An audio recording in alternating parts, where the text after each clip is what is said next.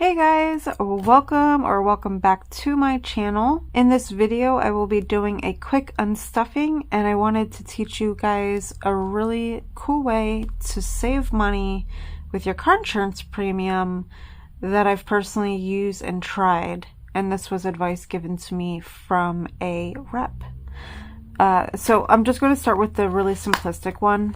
I typically budget gas, and I didn't think to, but I do have this category, living life, for those occasions of traveling, you know, going like on day trips, that sort of thing.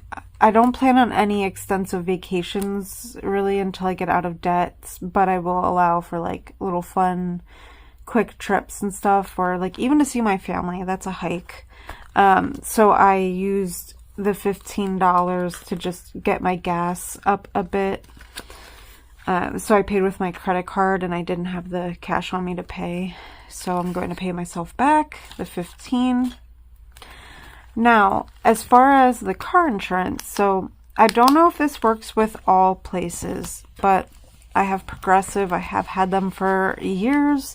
For the past several years, I've been doing a 6-month premium. And when I first signed up for a 6-month premium, it was $358 for my premium.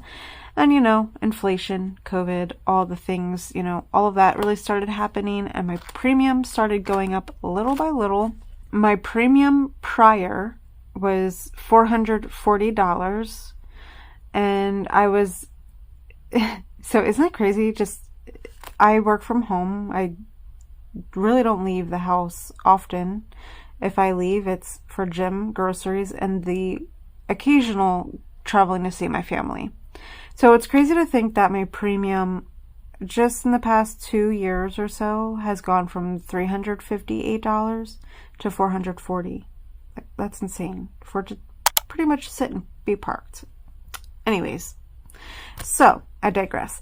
When I got my insurance premium reminder, like, hey, your 6 months is due June 20th, it was saying that the new premium was going to be $458, which it was creeping up yet again. So a rep from Progressive had shared that if you pretend that you are signing up to be a brand new customer and do a quote from there, you get a cheaper price than what your premium tells you to renew it as.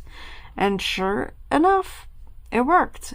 So I got on there, I did a quote, I got all of the same things that I had prior, as far as deductibles and all of that stuff, and I was able to get it for $323, I think the number was. I'll find out as soon as I pull this here. It'll make more sense.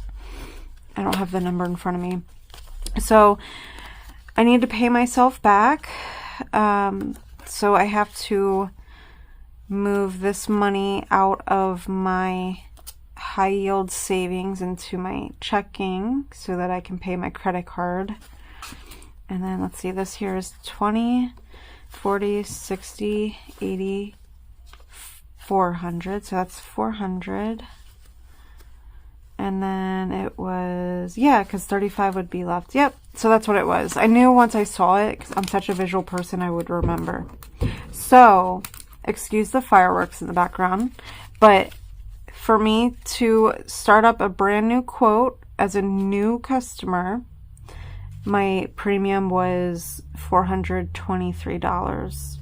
So here's the 100, 200, 300, 20, 40, 60, 80, 400, 20, 21, 22, 23. So not only was it cheaper for me to do this from my previous premium that I was paying, but it then also was cheaper for me to do this than the new like re-upped insurance.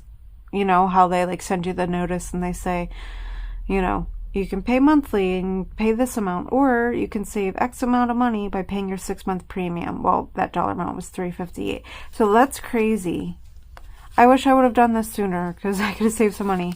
So now I have this excess here, which is super cool, of $35, which means that I can kind of skip stuffing this for a pay cycle because I already have a jump start on it.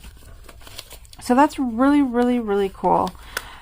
Now, my assumption is that 6 months from now, when I try to do this again, my assumption is that it might go up a few dollars. But if it's still below 440, below 458, that's a win in my book. So if you guys have Progressive car insurance and you have any premiums due, I don't know if you do monthly or 6 months, but I am curious to know if this works for you. And I mean, this was advice given to me from someone that works at the company. I will say though, when you do this, just make sure that your previous policy wasn't set up to auto charge, because if that's the case, then you don't want to just ignore that previous policy. You'd probably have to contact them and make sure that they cancel it so that you don't get charged and then pay for a new policy, if that makes sense. So let's count up all the cash. I should just see what all this adds up to be. See, that's one thing about these floppy bills. They just kind of sink in with this cash tray. So I'm really excited about that. I saved myself $35. $35. That really, when you say those numbers, doesn't sound like a lot of money, but at the same time, it is a lot of money.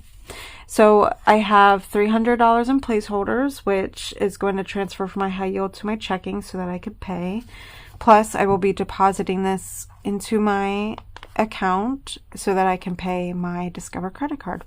So I have 20, 40, 60, 80, 100, 20, 30, 5, 36, 37, 38.